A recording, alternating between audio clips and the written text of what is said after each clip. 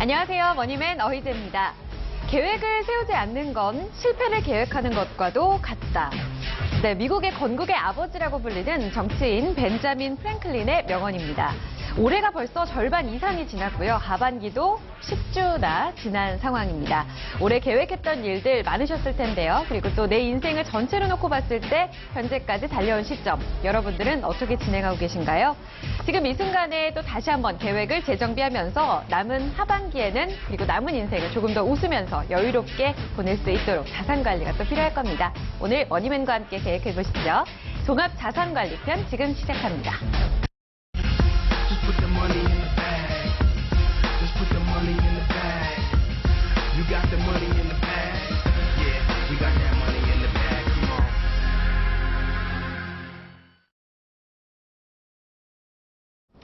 네, 한 주의 중반 수요일입니다. 많은 분들 종합자산관리편 계속 기다리셨죠? 일주일 동안 고대하고 계셨을 텐데요. 오늘도 또 알찬 내용들 많이 준비가 되어 있습니다. 보시면서 궁금하신 게 있으시면 바로 전화 주세요. 서울전화 02-325-8200번 1시간 동안 여러분들과 함께합니다. 또 저희 머니맨 SNS 경로 24시간 열려 있습니다. 지금 현재 토마토TV가 아니라 이 SNS 계정을 통해서라도 현재 머니맨 방송을 라이브 방송으로 또 만나실 수가 있거든요. 아래 주소 타시고 많이들 들어오셔서 함께 해주시면 좋겠습니다. 보시면서 궁금하신 게 있으시면 실시간으로 질문 가능하세요. 바로바로 문의 주세요. 네, 오늘 수요일에 또 1시간 화려하게 빛내줄 두 분의 머니맨을 모셨습니다. 최유진 종합자산관리사 그리고 박용경 ING생명 자산관리센터 팀장 모셨습니다. 두 분 안녕하세요. 안녕하세요. 네, 이렇게 훈남훈녀 두 분이 또 스튜디오를 가득 채워주시니까요. 네. 제가 오늘따라 굉장히 멀리 느껴지는, 그죠? 네, 더 멀리 계시네요. 가까이 있고 싶은데. 네, 어떻게 두 분 어떤 거?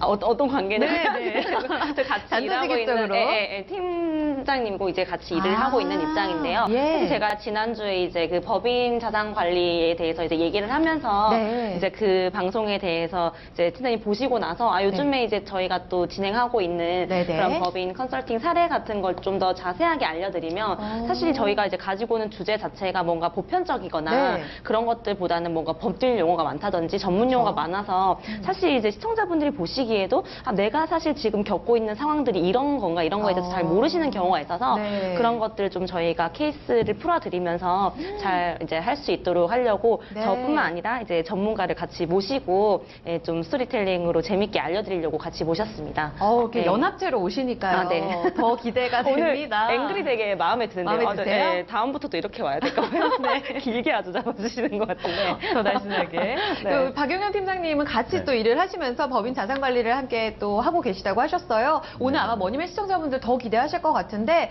뭐 인사 한 말씀 해주세요. 저는 최유진 팀장. 네, 안녕하세요. 네.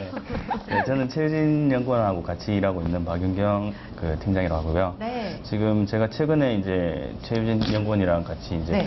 개인적으로 자산 관리도 개인도 많이 했는데 이제 법인 쪽으로 이제 시장이 조금 궁금하셨던 분들도 이제 주변에서 많이 요즘 약간 여쭤봐주시고. 대세인 것 같기도 네. 하고요. 네. 그래서 그런 쪽으로 이제 한번 제가 알고 있는 지식을 한번 공유를 한번 해보면 어떨까. 그런 와중에 이제 그 최유진 연구원이 이제 같이 이제 이쪽의 방송을 통해서 한번 지식 공유를 한번 해보자라고 해서 같이 한번 나왔습니다. 네. 감사합니다. 오늘 수요일 시간에 이렇게 또 두 분이 꽉꽉 채워주시니까요. 제가 괜히 또 기분이 좋네요. 네. 두 분께 맡기도록 네. 하겠습니다. 네, 네. 저희가 지난주 이 시간을 이야기를 하면서 오늘 예고편을 또 말씀해 주셨어요, 방금. 네.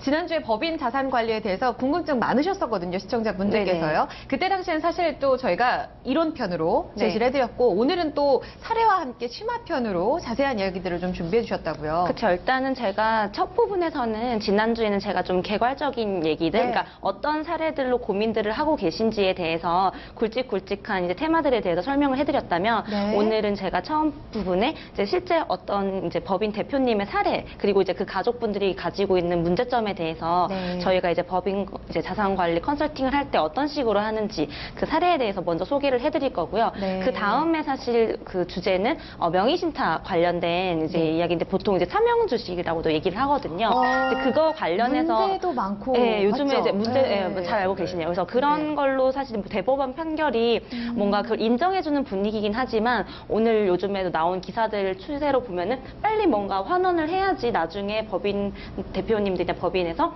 이제 세법적인 불이익을 안 네, 당할 네, 수 있기 네. 때문에 그러면 실질적으로 어떤 케이스에 그런 걸 대비를 해야 되고 그것 네. 자체가 가진 문제점에 대해서 오. 오늘 이제 박윤경 팀장님이 좀 더 자세하게 후반부에 예. 알려주실 거예요. 알겠습니다. 네. 그럼 바로 또 본론으로 출발을 해보도록 할게요. 법인 자산관리 꿀팁 아마 지난주에 저희가 살펴드린 7가지 꿀팁을 잘 기억을 하실 겁니다.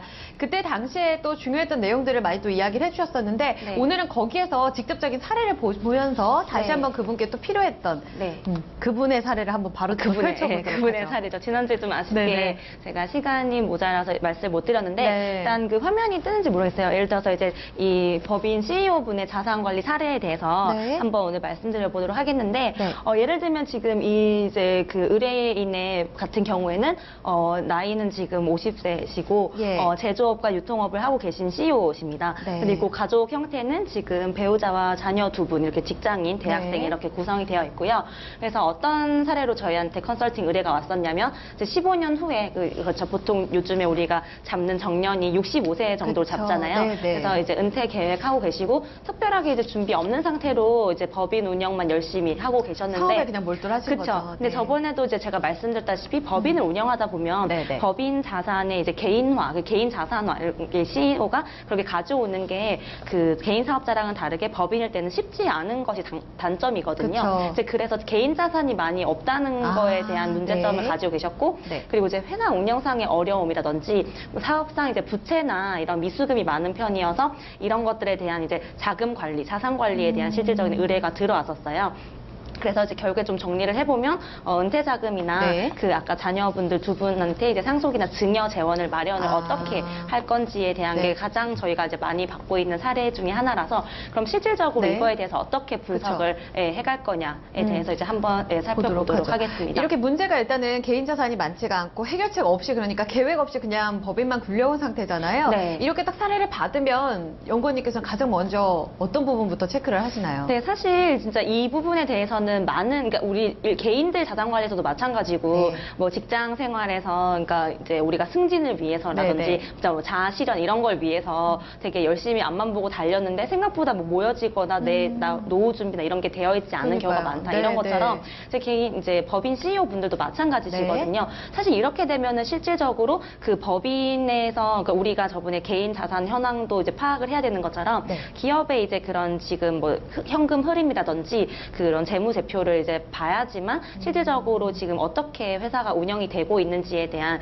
진단을 먼저 보고 거기서 또 다른 뭐 정관이라든지 네, 회사 네. 법인이 설립될 당시부터 뭔가 이제 준비되어 있는 여러 가지 서류들이 있는데 그런 것들을 이제 검토를 해야지만 문제점이 어디 있는지 그리고 잘 준비되어 있는지를 알 수 있기 네. 때문에 일단은 이런 식으로 상담을 먼저 의뢰를 받고요. 그런 다음에는 공통적으로 그 회사들이 운영되고 있는 그런 이제 실체에 대해서 현황? 자료를 현황표를 이제 다 저희가 의뢰를 하는 편이죠. 그렇군요. 네. 이분은 어땠어요? 현황부터 그럼 체크를 좀 해볼까요? 일단 재무 현황을 좀 파악을 했더니 실질적인 이제 개인적 자산도 있고요. 그리고 네. 이제 아까 법인 자산도 있으신데 그거를 전체적으로 봤을 때 실제로 이제 지금 주거를 하고 계신 아파트의 평가액은 한 10억 원 정도 네. 되시고 예적금으로 현금 자산을 한 5억 원 정도 가지고 계셨고요. 아까 제조 유통업을 하고 계시니까 창고는 이제 임대로 10억 원 정도로 이제 저렇게 대출 가지고 계시고 법인 지분을 보유한 채로 이제 한 50억 원 정도 비상장 주식을 이렇게 가지고 계셔서 실제로 이제 자산적 가치는 75억 원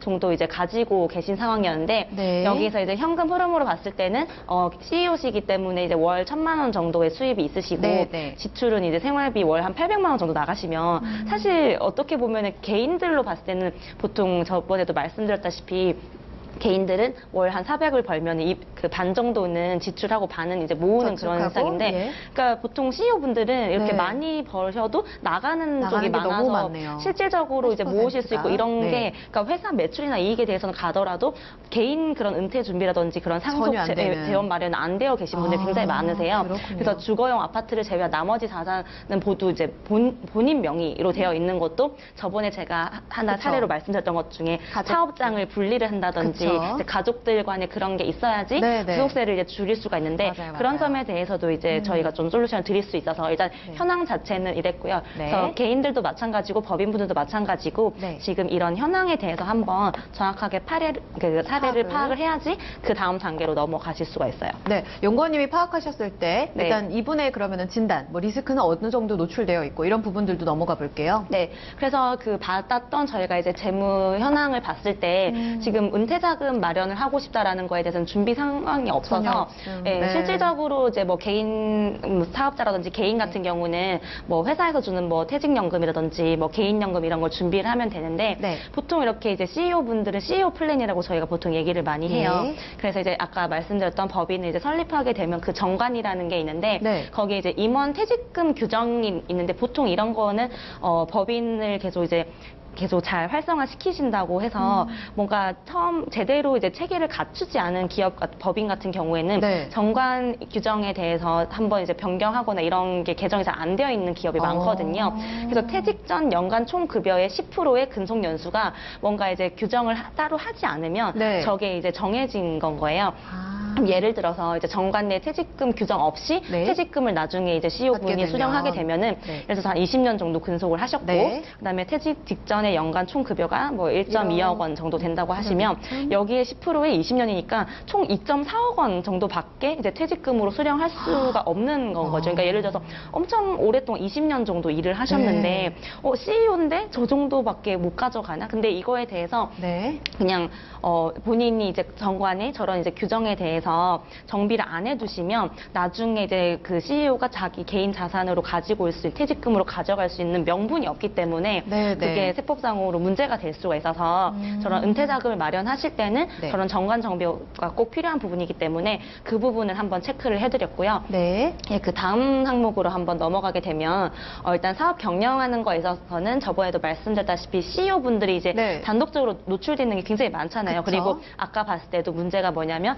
대표님 본인 명의로 다 되어 있기 때문에 네. 법인 대출에 이제 CEO가 연대 보증이 되어 있을 경우에는 그런 경영 위기 시에 리스크가 네. 가족분들한테 가족분에게. 전이가 그쵸. 될 예, 좀 그 위험이 있거든요. 네. 보통 드라마 같은 것도 보면 맞아요. 그런 경우 굉장히 압류. 많잖아요. 압류되고 막 집에 막 빨간 딱지 굽고 맞아요. 그래서 최악의 경우에는 가족 주거 공간으로도 위협을 받을 수가 네네. 있다. 그러니까 저거는 드라마에서 저희가 항상 그쵸. 자주 보는 씬인데 실제로 이게 이런 실질적으로 경우들이 가능성이 많나 봐요. 많아서 이런 아. 부분에 대한 것도 좀 네. 리스크를 분산시키는 그런 것도 저희가 솔루션을 마련을 해드리고 있고요. 네. 이제 그 다음으로 이제 넘어가서 세 번째 세 번째는 이제 자산 구조에 자산 대해서 구조. 예. 실제로 이제 제가 한번 얘기했던 뭐 사전 증여라든지 이런 네. 상속세 재원 마련에 대해서는 그런 걸 사전에 미리미리 준비를 해야지 자산을 이제 잘 지켜서 이제 넘겨줄 수 있다라는 네. 말씀을 드렸었는데 실제로 이제 본인 명의의 재산은 65억 원 정도의 가치 평가가 되어 있지만 네. 지금 금융자산은 5억인데 나중에 이제 세금을 내려면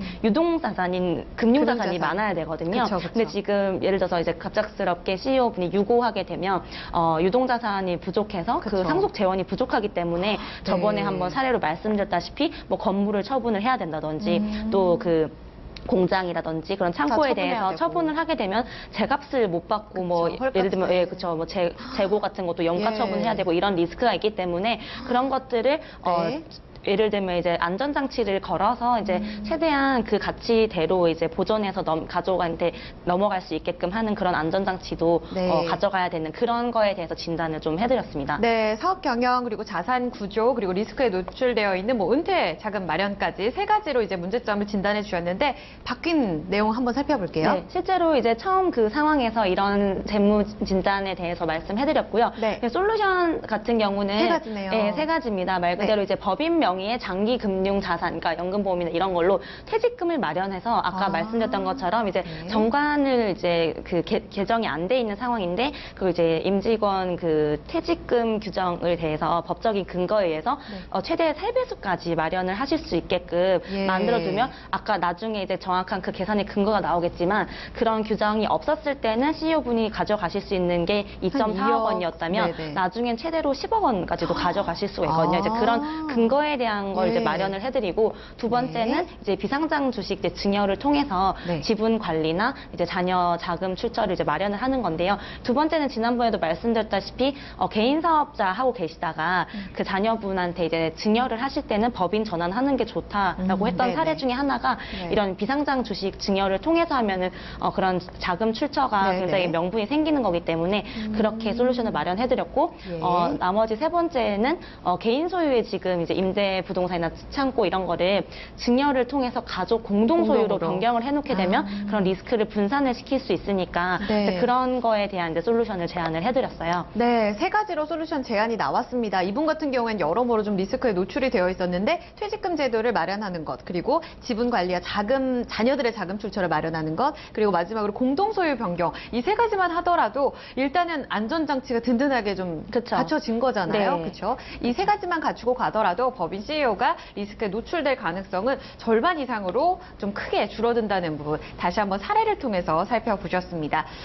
이런 걸 보니까 진짜 중요하겠다라는 생각이 드는데 네. 실제로 이제 많은 분들이 이런 거 안전장치가 전혀 안 되어 있는 경우들이 상당히 많단 말이에요. 그렇죠? 그렇죠. 그리고 또 안전장치가 되어 있다고 하더라도 네. 그 뭔가 상품 가입만 해놓으시고 네. 그런 거에 대해서 정관 정비가 안 돼 있다든지 이런 시장 자체가 아직 제대로 성숙하지 않았기 때문에 네. 그냥 단순히 이제 자산관리 시장에서 상품만 가입만 해놓으시고 나는 이런 거에 대한 대비가 되어 있다. 예를 들면 이건 어떻게 비유할 수 있냐면 저번에도 네. 말씀드렸다시피 자기가 이제 가입한 펀드 수가 많다고 해서 자산 나는 배분을 잘하고 있다. 분산 투자를 잘하고 네네네. 있다라고 했는데 국내형 펀드만 예를 들어서 10개 가입을 해놓으면 예. 같은 곳에 계란을 한 바구니에 담아놓은 거니까 그거는 제대로 된 의미가 없죠. 의미가 없는 것처럼 사실 이런 거에 대해서 마련한다고 해도 저런 이제 법인분들 같은 자산관리에서는 법인에 대한 저런 이제 명분들 그 세법적인 명백한 그런 이제 근거 자료들이 같이 진행이 돼야 되기 때문에 그런 것들에 대해서 잘 대비가 되어 있는지도 한번 체크를 하셔야 돼서 네. 그런 것들에 대해서는 좀 저희가 전문적으로 하고 있으니까 네. 오늘도 사실 이제 박용민 팀장님이 앞으로 말씀해 주실 사례도 예. 오늘 말씀드렸던 그런 거에 이어서 저희가 좀 보편적으로 많이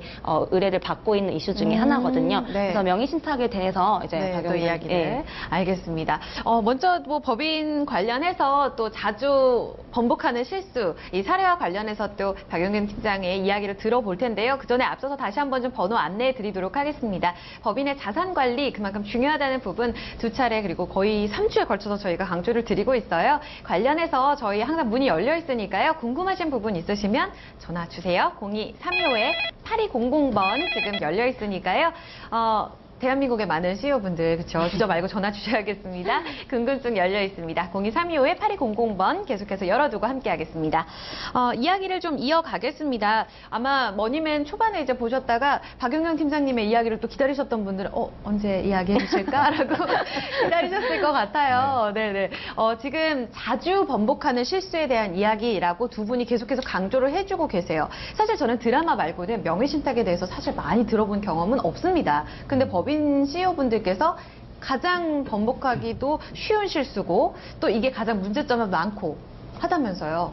이에 대한 이야기를 좀 해주셔야 될 것 같아요. 네, 일단은 명의신탁 관련해가지고 법인 대표분들께서 네. 어쩔 수 없이 선택했던 경우도 있었거든요. 예를 들어서 예전에 삼법상 발기인수가 네. 7인 이상이 되어야지만 법인을 네. 설립 가능하다. 그리고 어떤 기간에는 3인 이상, 어떤 기간에는 이제 그 제한이 풀렸는데요. 네. 그래서 2001년 7월 이전까지는 네. 이 삼법상 발기인수가 3인으로 정해져 있었거든요. 그리고 1996년도까지는 네네. 또 7인 이상으로 정해져 있어서 일단 이 부분이 무조건 있었기 때문에 네. 이 부분이 지켜져야지만 스크린 나오는데 이 부분이 지켜져야지만 법인을 설립을 할 수 있기 때문에 네. 명의신탁을 할 수밖에 없었던 선택을 했었죠.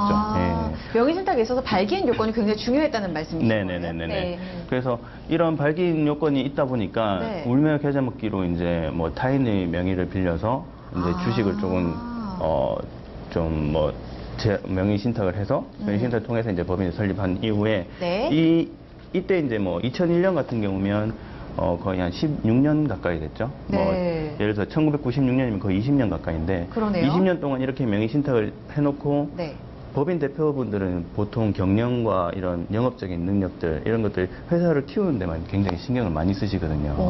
그렇기 때문에 이런 이슈들이 이제 세법상 이슈이기 때문에 네. 대부분 대표분들한테는 리스크로 노출될 작용할 수밖에 수가. 없죠. 예. 그 명의신탁이라는 게 그러니까 소유 관계에 대한 이야기인 거잖아요. 네네네네. 그러니까 내가 실질적인 소유자가 아님에도 불구하고 이제 그거를 신탁자, 수탁자 이렇게 관계가 나눠지는 게 맞죠? 네네네, 맞습니다. 명의 관계상 신탁자가 그래서- 있는 거고. 네네네. 그래서 대표분들이 이제 신탁자가 되는 거고, 어떤 타인이 뭐 친구분이나 그리고 그냥 뭐- 그건 아무나 적용을 하는 거였나요? 그렇죠. 예. 그래서 문제가 아. 됐던 네, 겁니다. 그래서 문제가 네. 됐었어요. 그러니까 예를 들어서 최근에 저희가 이제 진행하고 있는 건도 1997년도에 이제 설립됐던 이제 법인의 딱 한- 여기네요. 사례인데요. 그러니까 네네. 이렇게 되다 보니까 이제 3인이 이게 네.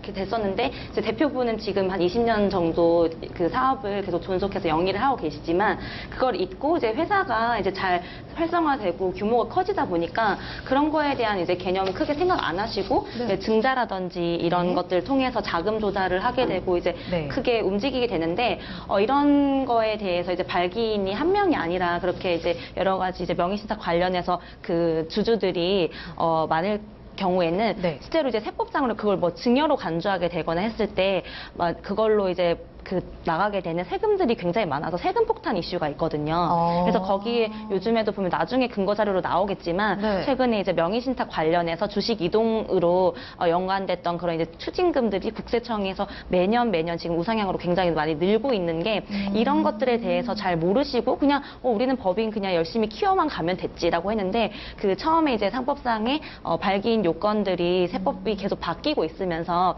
그런 것들에 대해서 꼼꼼하게 지키고 가지 못하면은 나중에 CEO분들이 불이익을 당할 수가 있기 때문에 네. 이제 그런 점에 대해서 오늘은 이제 명의신탁을 이제 했던 이유는 이런 게 또 하나 있었고요. 나머지 또 두 가지 이슈 정도는 좀 이따가 박 팀장님 말씀을 해주실 거고 네. 그런 문제점 이런 거에 대해서도 좀 더 네. 얘기를 해주셨으면 좋겠어요. 네. 일단은 뭐 추가적으로 좀 말씀을 덧붙여서 네. 드리자면 뭐 이거 외적으로 뭐 선택을 하셨던 거는 이제 배당을 받게 되면 네. 이제 그 배당을 이제 CEO 혼자 다 받는 것보다 뭐 다른 지분을 통해서 이제 배당을 받게 되면 네. 일단 종합소득세를 줄일 수가 있거든요. 아, 세금 절세를. 네, 세금 네, 절세에 그런 것들도 있었고 아. 그리고 법인의 과점주주가 되어버리면 네. 그 2차 납세 의무자가 되어버립니다. 그게 무슨 말이냐면 법인을 운영하다가 네. 법인이 이제 법인세를 못 내게 됐을 경우에는 네. 그 과점주주가 대신 이제 납세 의무를 지니게 되는 거죠. 50% 이상 지분을 네. 가지고 네네네. 있는 이제 네. 주주가 네. 대신 그거를 대납을 해줘야 네. 되는 상황이 되니까. 그런데 뭐 이런 것들 여러 가지 이유가 있는데 뭐 간주취득세도 있고 간주취득세는 뭐냐면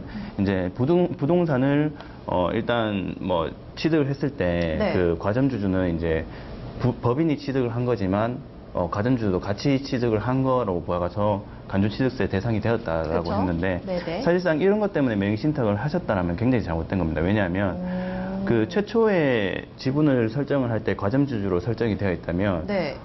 그 부분에 대해서는 부동산 간주취득세가 없게 되어버리거든요. 오, 그래요? 그래서 이런 내용들을 자세하게 알지 못하고 일단은 뭐 간주취득세 때문에 명의신탁을 했다라고 하시면 반드시 네. 지금 뭐 명의신탁된 주식을 환원을 절차를 밟으셔야 되는 거죠. 아, 예. 그러니까 뭐 대표이사가 100% 지분을 갖는 거 말고도 절세를 위해서 일부러 이렇게 명의신탁을 하셨던 분들이라면 그거는 완전히 오해라는 거잖아요. 특히 간주 네네네네. 취득세 대상에 있어서의 오해를 하고 계셨다면요. 네. 그렇죠. 그건 바로바로 네. 좀 바꿀 수가 있는 부분인 건가요? 그래서 일단은 제가 마지막에 이제 솔루션을 말씀을 네. 뭐 한 5가지 정도로 나눠서 오늘은 집중적으로 한두 가지 정도 말씀을 드리겠지만 네네. 뭐 일단 명의신탁 해지라든지 환원이라든지 뭐 2001년 7월 이전에 뭐 설립하셔서 발기인 요건 그런 것들 때문에 어쩔 수 없이 명의신탁을 하셨다라면 네.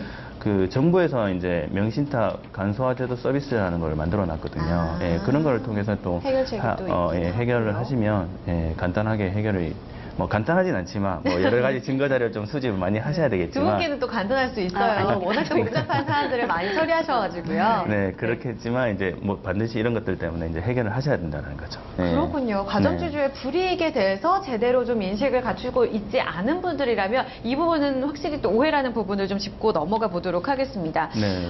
그리고 네네. 그리고 뒤에 또 나오셨는데 2차 납세 의무. 네. 2차 납세 의무 같은 경우는 이제 법인을 이제 대표님들께서 법인을 설립하고 운영하시는 거는 네.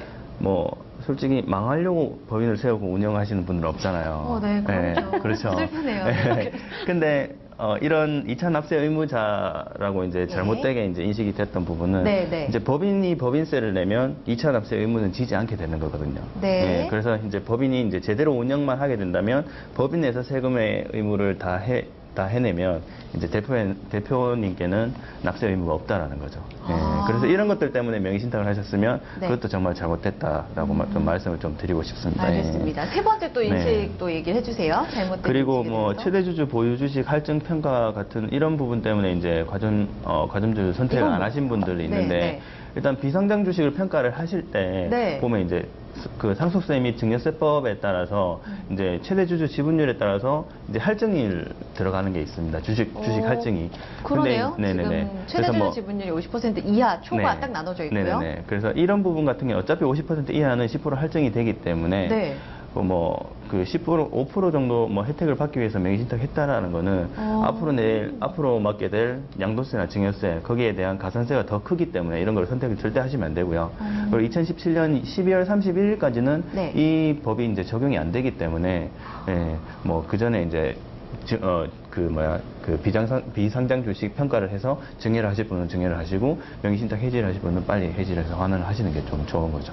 아니 네. 이렇게 할증 자체를 보면 사실 저라도 좀 혹할 수 있을 것 같거든요. 근데 네네네네. 여기에 대해서 그러니까 오해를 할 수밖에 없는 거 아닌가요? 근데 일단 과거의 트렌드를 봤을 네, 때 네. 이런 보시면 아시겠지만 2017년 12월 31일까지는 할증 평가 적용되지 적용이 안 않음이라고 돼. 조세특례제한법에 101조에 나와 있습니다. 아. 네, 그렇기 때문에 이런 날짜라든지 추가적인 사항을 모르시고 명의신탁을 네, 네. 진행하셨던 분들도 많다라는 거죠. 그렇군요. 네네네. 적용 사항에 대해서도 조금 더 꼼꼼하게 살펴볼 필요가 있다라는 부분 세 가지로 또 과점주주의 불이익에 대해서 또 잘못된 인식에 대해서 세 가지를 좀 짚어봤어요. 그러면은 명의신탁이 지금까지 어쩔 수 없이 그러니까 이런저런 이유로 뭐 절세든 뭐든요.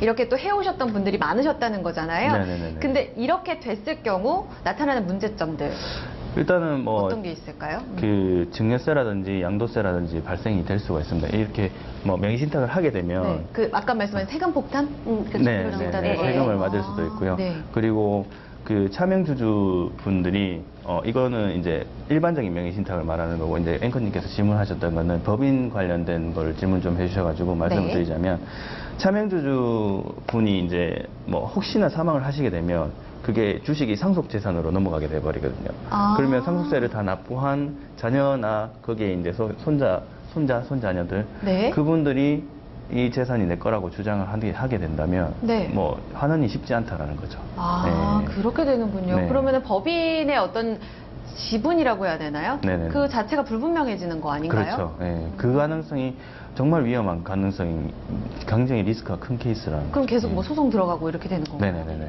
결국에는 특히 뭐 세월이 오랫동안 지나서 뭐 20년, 25년, 30년 네. 정도 법인을 운영을 하고 거기에서 이제 뭐 증자를 통해서 뭐 여러 가지 운영을 했는 실적이 있는 법인 같은 경우는 세월이 많이 지났기 때문에 그런 금융 자료를 입증할 만한 자료들을 찾기가 쉽지 않다는 거죠. 아. 사실 앵커님께서도 20년 동안 네. 20년 전에 적금 통장이라든지 이런 것들을 가지고 있지는 않으실 거잖아요. 네, 그렇게 네. 하면 좋겠는데요. 그렇죠. 네. 20년 네. 근데 가지고 계신 거 아니에요? 어릴 때 막 용돈기 입장부터 해가지고. 대강부터 해서요. 네. 그렇기 때문에 법인 네, 같은 네. 경우는 뭐 자료들도 엄청나게 많이 가지고 있고 그리고 뭐 매월 매분기마다 이제 재무제표라든지 이런 것들을 다 새로 마련하고 손익계산서 같은 부분을 다 새로 처리를 해야 되기 때문에 네, 네. 그런 자료만 해도 엄청난데 이런 금융 자료는 소홀해지기 쉽다라는 거죠. 그렇군요. 네. 네, 네. 주식뿐만 아니라 사실 명의신탁을 찾아보다 보면요. 여기도 나와 있지만 네네네. 부동산 포함해서 좀 다양하게 있더라고요. 네네네. 이런 부분들에 있어서 모두 다 이제 문제점이 발생할 수 있다는 이야기를 해주고 계시거든요. 그렇죠. 네, 하나씩 네. 좀 살펴볼게요.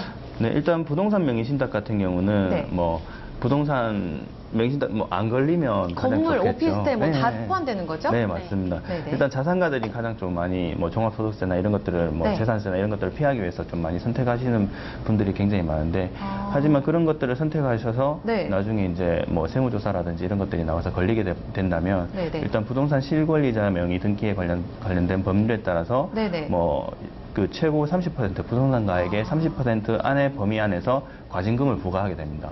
그러니까 그 대표분께서 지금 뭐 오피스텔이나 아니면 내가 갖고 있는 뭐 다세대 주택이든 아파트든 네네네. 그 명의 자체를 뭐 내 아내 혹은 내 친구 이렇게 했을 경우에 문제점들을 얘기하시는 게 맞나요? 특히나 타인 명의, 그 친구 명의로 뭐 부동산 명의 신탁을 했을 경우에는 그 정말로 큰 문제가 될 사실 뭐 수밖에 가족 없죠. 같은 네. 경우에는 오히려 정말 괜찮고. 예, 그런 그죠? 비방용 콩가루 집안이 아닌 이상은 지난번에 한 번 얘기했는데 근데 친구 같은 경우는 되게 그런 거 조심해야 되잖아요. 크게 문제가 될 수가 그쵸? 있는 거죠. 드라마나 영화거리 소재로도 막 갑자기 생각했는데 네. 처음에 굉장히 의리 좋았다가 갑자기 네. 돌변해서 돈 많이 버니까 막 그 배신 당 완전히 의리가 그런 우정 경우로 관계가. 이제 되는 경우도 많으니까 아, 예. 그렇군요. 네. 여기 내용 제재를 보니까요. 이렇게 법적인 문제가 나오니까 굉장히 사람이 겁먹게 되네요. 아, 그쵸. 네네. 음.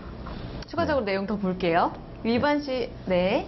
또 그리고 나오네요. 차명 주식 같은 경우는 제가 이전에 말씀드렸다시피 네. 이거 법인에 관련된 비상장 주식, 차명 주식 말씀드리는 거거든요. 네. 근데 뭐 지분에 따라서 이제 어쩔 수 없이 명의 신탁하셨던 경우도 있지만 뭐 세무 문제를 좀 피하시기 위해서 차명 주식을 명의 신탁을 선택을 하셨다라면 네. 이제 뭐 증여세나 양도세 거기에 따른 가산세가 발생이 될 수가 있죠. 이런 상속세 및 증여세법에 따라서. 예. 오, 그 재산의 가액 명의자가 실제 소유자로부터 증여받은 것으로 의제된다. 이게 무슨 뜻이에요? 증여받은 것으로 의제된다라는 거는 증여는 실제적으로 하진 않았지만 증여를 했다라는 걸 보는 거죠. 그래서 증여세가 발생이 된다. 된다는 거죠. 그렇군요. 세금 폭탄 받기 딱 좋네요. 그렇죠. 그렇죠. 명의신탁 예. 자체가요. 네네네. 네, 알겠습니다. 그리고 상장 주식 내용도 좀 볼게요. 예. 그리고 그 상장 주식 포함해서 네. 차명 계좌를 조금 쓰시는 분들도 굉장히 많습니다. 차명 계좌라고 그 얘기하면 명의신탁하면 딱 가로치고 차명계좌 이렇게 나오던데 조금은 다른 부분이에요? 뭐 쉽게 말씀드리면 대포통장이라고 말씀드릴 수가 있겠죠. 예. 뭐 사명 그래서- 주식 이런 것처럼 이제 다른 사람의 걸 이제 빌려서 하는 네. 거니까 예. 네. 이것도 드라마의 소재로 또 많이 나오지 네. 않나요? 오늘 네. 굉장히 그런 드라마나 영화 소재에 재벌 관련 사실 그렇게 드라마에. 이해하면 굉장히 쉬운 건데 맞아요. 우리 사실 실생활 속에서 사실 쉽게 접할 수 있는 소재들인데 네네. 그냥 이렇게 막 법률이라든지 이런 걸로만 보면 용어 자체가 되게 어려워서. 어려운데 주변에 굉장히 많아요 사실 이런 그쵸. 사례들이. 예. 저는 재벌 드라마 네. 할 때 항상 꼭 등장했던 이슈 같아서요. 네. 요거는 좀 친숙하네요. 네. 네, 그래서- 설명 계속 들어볼게요. 네, 마찬가지로 이제 상속세 및 증여세법에 따라서 네. 이제 뭐 금융계좌에 자산이 입금되는 시점에 이제 증여세를 과세를 하게 됩니다. 이제 증여를 받은 것으로 보고 그런 것들도 있지만 실거래법 위반으로 인해서 예. 최고 이제 5년 이하의 징역 그리고 5천만 원 이하의 벌금까지 맞을 수가 있다라는 거죠. 벌금이 더 많을 것 같은데 사실 네. 생각보다는 적네요. 네네네. 그 생각보다는 좀 적은데 실질적으로 뭐 만약에 대표님들께서 이제 이런 차명 계좌를 통해서 네. 금융실거래법 위반했다는 거는 걸리게 되면 지금 보시는 것처럼 5년 이하의 징역이 더 무서운 거거든요. 왜냐하면 네, 그쵸. 법인 대표의 부재가 그 법인 자체에 또 미칠 영향력 엄청나게 크니까 네. 예, 운영 자체가 또 안 될 수가 있다 보니까 이런 부분 되게 조심하게 하고 주의를 하셔야 된다. 그리고 뭐 금액적인 것도 있지만 말씀하셨던 것처럼 이런 송사에 일단 휘말리게 된다는 것 자체가 네. 일단 개인 사업자가 아니라 법인이라고 하는 것 자체는 굉장히 이제 그런 레퓨테이션도 관리를 잘 해야 되는 조직 중에 하나이기 때문에 그렇죠. 일단 이렇게 법률적으로 걸리는 경우가 많기 때문에 그런 의미에 있어서도 명의신탁 관련해서 이제 해결이 아직 안 되신 부분들이 있으시다면 그런 부분에 대해서는 좀 빨리빨리 해결을 하고 넘어가시는 게 좋아요. 예. 네, 상장사들도 보면은 우리 주식 투자자분들 토마토 TV 보시는 분들 많으신데 여기에서 또 어떤 대표의 어떤 리스크 자체를 안고 가시는 분들은 굉장히 그때 주가 많이 흔들리면서 힘들어 하시거든요. 네. 그런 부분들도 같이 좀 감안을 해보시면 좋을 것 같아요. 네. 이런 부분에 있어서 사실 아까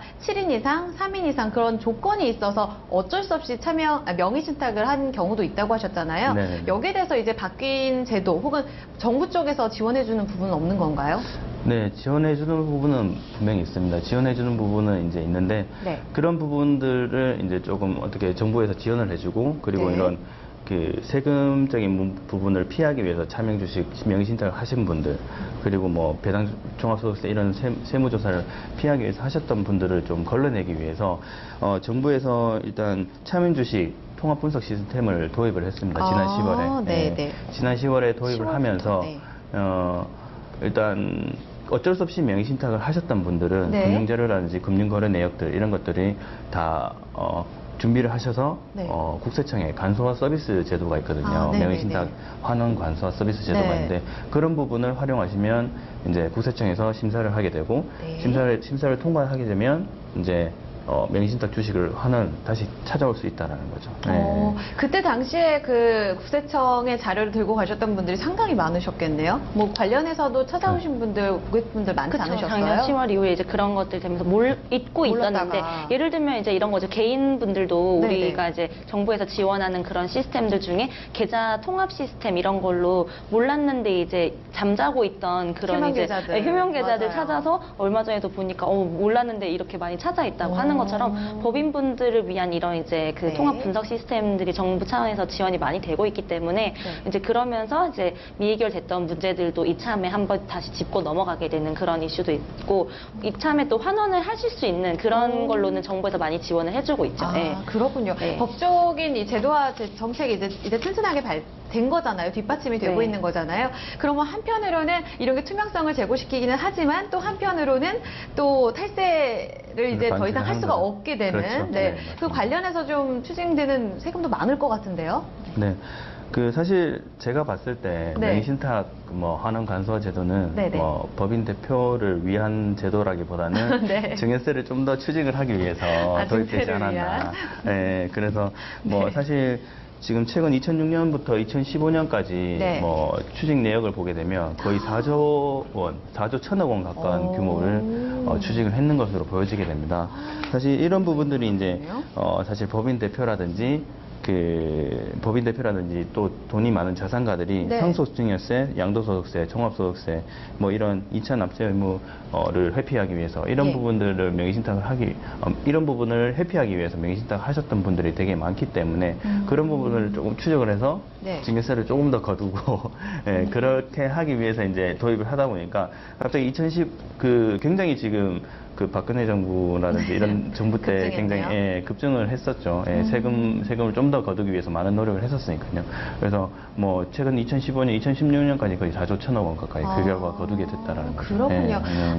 때문에 이제 많은 이제 CEO 분들께서는 이런 추적을 피하기 위해서 그리고 정당하게 또 제대로 세금 제도를 모르고선 이런 실수를 번복할 수도 있는 거잖아요. 네네네. 때문에 또 명의신탁과 관련된 문제를 정확히 아는 게 정말 중요하겠습니다. 네, 그렇죠. 예, 맞습니다. 명의신탁의 이제 주식이동 누진 추징세 굉장히 많이 늘어나고 있는 이 같은 추이들도 좀 같이 살펴봤습니다. 그러면은 명의신탁에 대해서 이제 제대로 알고 어떻게 우리가 좀 대응을 해야 되는지 이런 부분들도 좀 방법을 솔루션을 네네네. 제공을 해주셔야 될 것 같아요. 일단 명의신탁 관련돼서 네.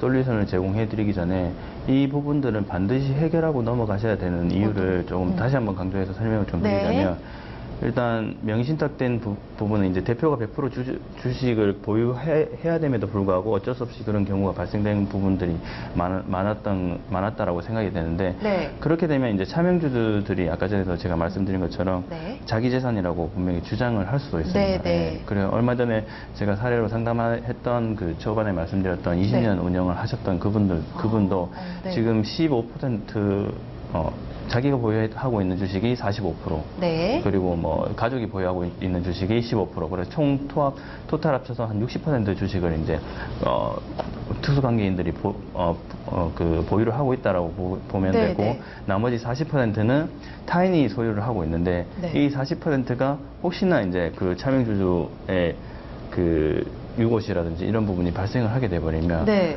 그 자식들은 분명히 그 주식들을 자기가 이제 상속세를 냈기 때문에 네. 내가 분명히 내 소유다라고 주장을 하게 될 것이고 그런 부분이 발생되면 정말 환원이 힘들거든요. 그래서 그런 부분이 발생되기 전에 반드시 하셔야 되고요. 그리고 일단은 또 제가 하나 말씀드렸던 거는 명의신탁이 세월이 흐르면 흐를수록 네. 1년, 2년, 3년 이내에서는 자본금을 증자를 한다라든지 네. 그리고 자본금을 주금 납입 내역이라든지 이런 것들이 분명히 존재를 할 수가 있습니다. 네, 사실 영수증 종이 하나 보관하는 게 사실 생각보다 쉽지 않거든요. 네. 그렇죠. 저도 맨날 그 회사에 택시비 내역을 제출하는데 영수증을 매번 까먹거든요. 이것도 중요한데 쉽지가 않아요. 근데 아마 많은 분들께서도 그런 고민을 갖고 계실 텐데요. 네네. 이런 거 체크하는 것도 중요하다는 말씀이신 거잖아요. 그런 게 없으면 명의신탁 환원이나 해지 신청을 할 수가 없습니다. 그렇군요. 네네네. 그리고 또 하나 말씀을 좀 드리자면 네.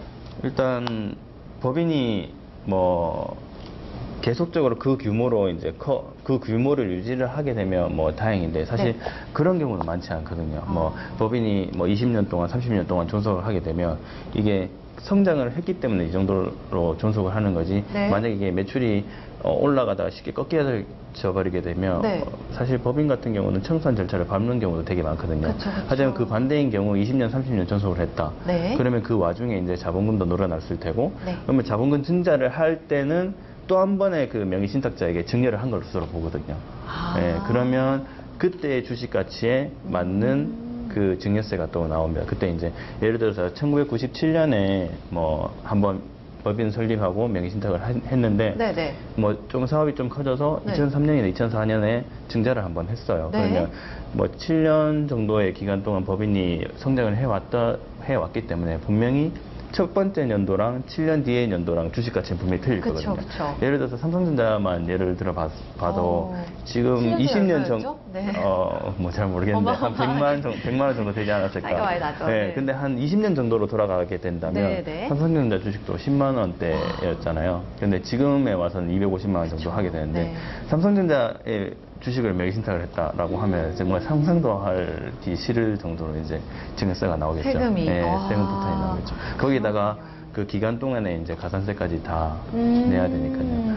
그래서 그런 부분도 있고, 네. 그리고 만약에 이런 명의신탁이 해지가 되지 않는다면 네. 아까 제가 말씀드린 상속 부분이나 아니면 또 양도소득세 부분도 네. 조금 걱정을 하셔야 되고, 그렇기 때문에 반드시 필요한 부분입니다. 명의신탁을 해지는 해지. 필요한 부분입니다. 그러니까 그래서, 뭐 그 회사 자체가 우리는 이제 계속해서 성장을 해 나갈 거고 여기에 있어서 우리가 조금 더 밝은 미래를 보고 있다면 필수적으로 명의신탁 해지가 필요하다는 얘기신 거잖아요. 그렇죠? 그렇죠. 네. 맞습니다.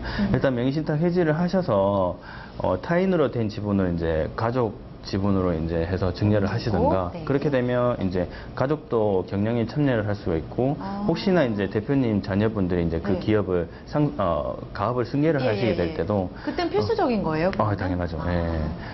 오히려 그 가업 승계라는 생각이 있으시면 네. 반드시 더 빨리? 지분을 더 아. 빨리 가족으로 명의로 돌려서 그렇군요. 와야 되는 거죠. 알겠습니다. 네. 조금 전에 또 라이브 방송의 화면을 보셨는지 모르겠어요. 마음에 드세요? 팀장님? 네. 본인 모습이 나오셨는데. 앵커님 본다고 제가.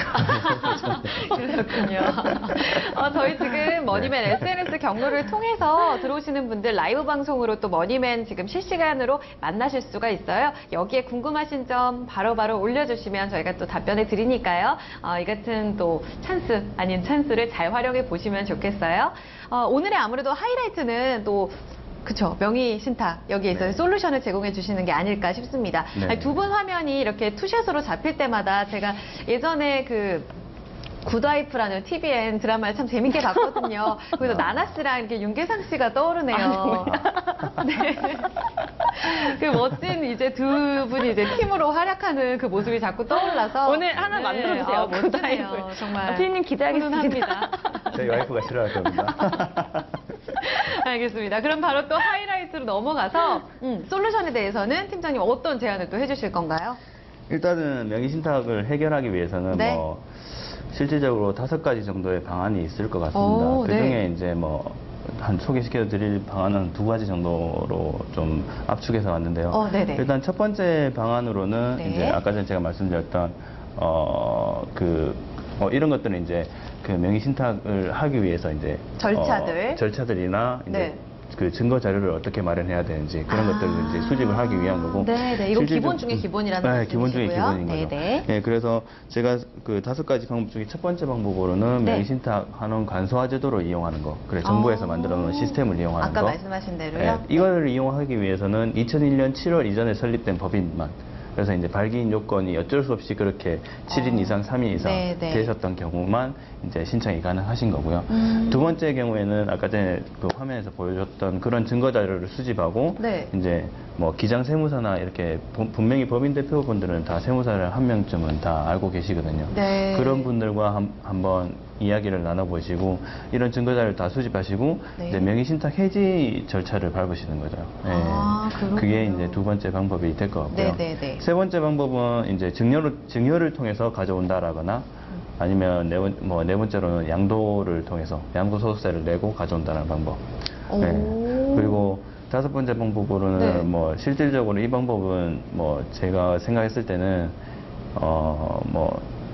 올바른 방법인지는 제가 잘 모르겠는데 어쨌든 간에 방법을 하나 설명을 드리자면 예, 예. 지금 명의신탁된 법인을 가지고 계신 분들이 이제 그 회사를 명의신탁된 회사를 이제 법인을 이제 청산 절차를 밟으시고 네. 새로운 신규 법인을 설립을 하는 게 오. 네, 그런 방법이 있을 것 같습니다. 그래요? 네. 이거에 대해서는 근데 그렇게 흔쾌히 좀 반기시진 않는 것 같은데 어떠세요? 일단은 네, 뭐 의견은? 네. 특히나 제조업이나 그 부동산 가치가 좀 많이 법인이 이제 부동산을 많이 보유하고 있는 법인은 일단 청산 절차를 받기가 되게 힘들거든요. 그럴 네. 수 네. 있겠네요. 네. 거기서 지분 관계가 음. 굉장히 또 복잡해지겠네요. 실제로 네. 최근에 제가 이제 작년에 이런 네, 사례가 네. 있었는데 뭔가 폐업을 하고 신설로 해서 이제 그런 걸 옮기는 것 자체는 네. 그 박용진 팀장이 말씀하셨다시피 이제 그런 이제 뭔가 부동산이라든지 처분할 재고가 있거나 이런 기업들한테는 오히려 그런 절차가 좀 현실적으로 어려울 수 있는데 그게 아니라 뭐 IT 기업이라든지 네. 실질적으로 뭔가 그런 유형 자산이 많이 없는 회사들 같은 경우는 네. 오히려 손쉽게 이런 것들이 처리가 될 수가 있는데 일단 뭔가 제조업이라든지 그런 유형 자산이 많은 회사들 같은 경우는 이런 방법들이 좀 어려울 수가 있어서 그렇죠. 이제 그런 점도 좀 잘 고려를 하셔서 그러니까 네. 사실 이 방법 자체가 어렵다는 게 아니라 회사의 업황이라든지 네. 현 상황도 이제 저희가 아까 봤던 맞춤으로. 것처럼 한번 진단을 해본 다음에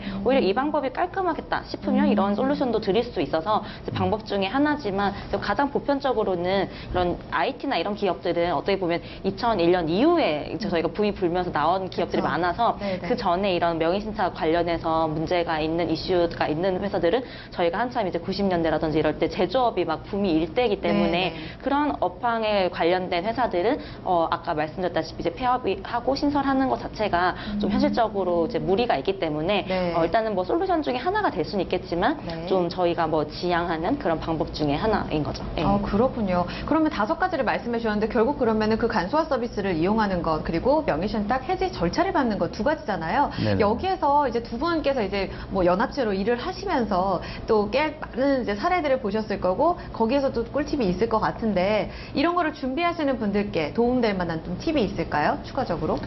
네, 일단은 그 금융거래 내역을 전부 다 뒤져 보셔야 될 겁니다. 이거 그게 굉장히 머리가 아프겠는데요. 사실 이게 어떻게 해요? 뭐 꿀팁을 네. 좀 드리면 좋겠지만 네, 네, 답이 네. 없습니다. 이게 정석대로 가자. 무조건 네. 증거 자료가 있어야지만 아. 정부에서 인정을 해주기 때문에 네, 네. 그래서 그 아까 전에 제가 그 자료가 나왔던 네 것처럼 가지요? 네. 네 가지 나왔던 것처럼 네. 증자대금 납입 근거가 분명히 있어야 되고요. 예를 들어서 그 음. 법인을 새로 설립이 될 때 그 무조건 자본금을 법인 통장으로 납입을 하게 되어 있습니다. 네. 그러면 그게 내 명의로 모두게 납입이 됐느냐 아니면 차명 주주의 명의로 똑같이 납입이 됐느냐 네. 그 차명 주주의 명의로 납입이 됐으면 그 납입된 자본금이 그 전에 내 명의에서 흘러갔는지 그런 것까지 다 금융거래 내역이 있어야 되는 거고요. 네. 그 증자가 증여로 이제 오해될 수 있는 소지에 대해서 아까 지적을 해주셨기 때문에 거기에서 이 네. 근거가 꼭 필요하다는 말씀이신 거네요. 네네 그렇죠. 네네. 그리고 뭐 배당 재원의 실질 기속 같은 경우는 네.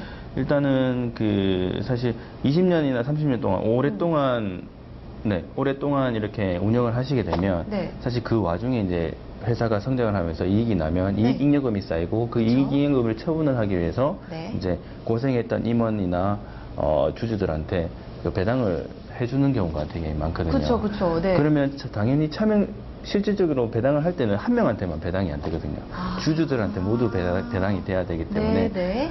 그 배당의 실질적인 재원이 어떻게 기속이 되었는지 그 배당을 차명 주주한테 배당을 했다가 다시 그 배당금이 내한테 들어왔는지 그런 내역도 반드시 필요하다는 거죠. 아. 그렇게 되지 않으면 여기에 대한 이제 증여나 양도소득세가 이제 네. 발생이 될 수가 있다라는 그렇게 보시면 되시고요. 네.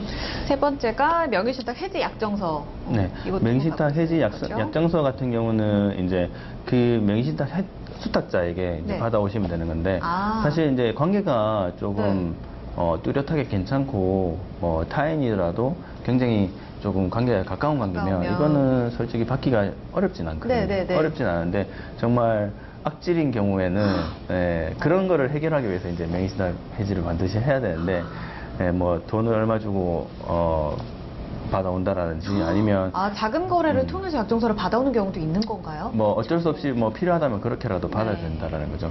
그리고 뭐 네. 어차피 그 가지고 계시는 보유하신 분 같은 경우도 이제 네. 이 주식을 보유하기 위해서 이제 증여세를 납부를 하셔야 되기 때문에 네. 그런 부분을 좀 어필을 하면서 이런 네. 명의신탁 해지 약정서를 좀 반드시 받아 오셔야 될 겁니다. 예. 그리고 뭐 또 보편적으로 필요한 게 이제 만약에 소송이 들어가게 되면 이 차명주주가 이 주식이 내 재산이다라고 주장을 네. 하게 되면 이 법원에까지 가서 판결문을 받아와야 됩니다. 네. 이런 것들이 모든 이 네 가지의 보편적인 자료들이 네. 좀 준비가 되어야지만 명의신탁 해지 신청, 환원 네. 신청을 할 수가 있고요. 그리고 우리 정부에서 만들어 놓은 명의신탁 환원 간소화 서비스를 이용을 할 수가 있습니다. 네. 보편적이지만 보편적이지 않죠. 그 모든 절차 자체가. 맞습니다. 그래도 꼭 필요하고요. 그렇죠? 네. 많은 리스크를 줄이기 위해서 필수적인 과정 중에 하나입니다. 명의신탁 해지와 관련돼서 솔루션까지 좀 제안을 해드렸는데요. 이를 포함해서 많은 분들이 아마 저희 지난 시간도 그렇고 법인 자산관리에 대해서 아직까지 좀 고민하고 계시거나 아직 나는 뭐 대상은 아니겠지라고 또 안이하게 생각하시는 분도 많이 계실 것 같아요. 여기에 대해서 이 두 분의 코멘트 마무리로 좀 들어보겠습니다. 네, 일단 뭐 제가 먼저 말씀을 드리자면은 뭐 지난주부터 제가 이제 뭐 법인 자산 관리 관련해서 네. 그렇게 이제 여러 가지 이슈들이 있고 그거에 대한 한 사례도 말씀드렸고 또 최근에 이제 저희가 많이 의뢰받고 있는 이제 이슈에 대해서 오늘 말씀드렸는데 실질적으로 이제 저희가 아까도 이제 우스갯소리로 농담 반 진담 반으로 이제 영화나 드라마에서 자주 다루는 이슈라고 이제 말씀을 드렸지만 네. 이런 것들에 대해서 본인이 이런 상황에 처해 있거나 나는 아니겠지라고 안이하게 넘어가는 네네. 그런 분들이 많으시거든요. 네. 그래서 이참에 이제 저희 방송을 보시게 되면서 뭐 개인 사업이나 나중에 법인 전환하시거나 아니면 법인 CEO 분들이 계시다면은 이런 부분에 대해서 나는 회사 잘 돌아가는 것만 보고 있었는데 네. 잘 뭐 내부 관리 직원이나 그런 뭐 총무팀에서 잘 챙기고 있는지에 대한 것도 한번 점검을 하고 가시는 게 나중에 이제 회사나 가족을 다 지킬 수 있고 나 자신도 지킬 수 있는 그런 이제 솔루션 중에 하나가 될 거기 때문에 네. 꼭 한번 점검하고 지나가셨으면 좋겠습니다. 네, 다시 한번 또 필요성을 강조해 주시네요. 팀장님도 한 말씀 해주실까요?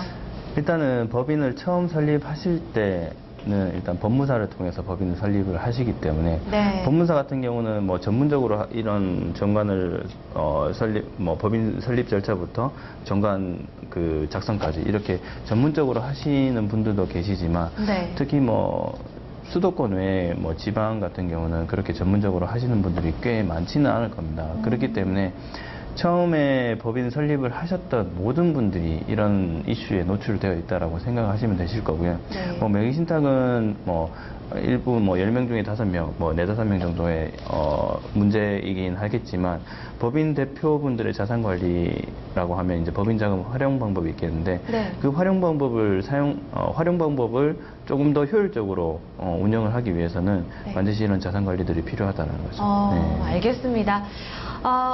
대한민국에 이제 많이 계실 또 우리 개인 그리고 법인 사업자분들께서 오는 그날까지 아마 두 분이 많이 힘써주실 거라고 믿고요. 많은 분들 저희 또 항상 열려 있습니다. 지금 전화 주시면 됩니다. 02-325-8200번 열려 있으니까요. 많은 법인 자산 관리 관련된 질문 보내주시면 되겠습니다. 지금 전화 주셔도 됩니다.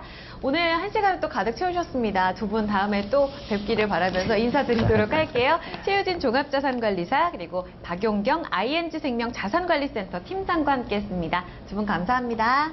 감사합니다. 네, 끝나지 않을 것 같았던 여름도 조금씩 좀 끝이 보이기 시작하는 것 같습니다. 낮의 길이도 조금 줄어든 것 같고요. 아침, 저녁으로는 공기도 조금씩 선선해지고 있습니다. 남은 한 해를 또 잘 보내기 위해서 머니맨이 앞으로 또 유익한 정보들 많이 가지고 올게요. 오늘은 수요일입니다. 가족들과 편안한 시간 보내시고요. 내일 저녁에 다시 뵙겠습니다.